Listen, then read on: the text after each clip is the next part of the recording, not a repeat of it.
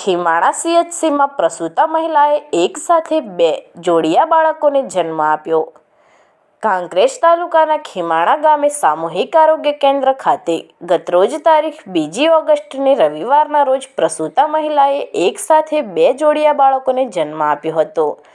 દિયોદર તાલુકાના જીબડા ગામના વતની અને હાલ કાંકરેજ તાલુકાના રવિયાણા ગામે રહેતા સુનીતાબેન નરેશભાઈ દેવી પૂજક, જેઓને પ્રસૂતિ માટે 108 મારફતે ખીમાણાના સામૂહિક આરોગ્ય કેન્દ્ર ખાતે લાવવામાં આવ્યા હતા.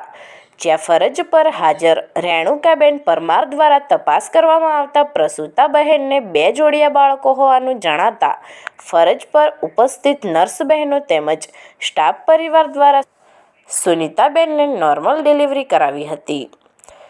જો કે ખીમાણા સામૂહિક આરોગ્ય કેન્દ્ર ખાતે એક સાથે 2 જોડિયા બાળકોની નોર્મલ ડિલિવરીની આ પ્રથમ ઘટના છે. ડિલિવરી પ્રસંગે રેણુકાબેન પરમાર, આનંદભાઈ જોશી, વિપુલભાઈ રાવળ સહિત નર્સ બહેનો અને સંગીતાબેન ગટાળ વગેરેએ ખડે પગે સેવા આપી હતી. હાલમાં બંને બાળકોની માતા સુનીતાબેન તેમજ બંને બાળકો બિલકુલ સ્વસ્થ અવસ્થામાં છે.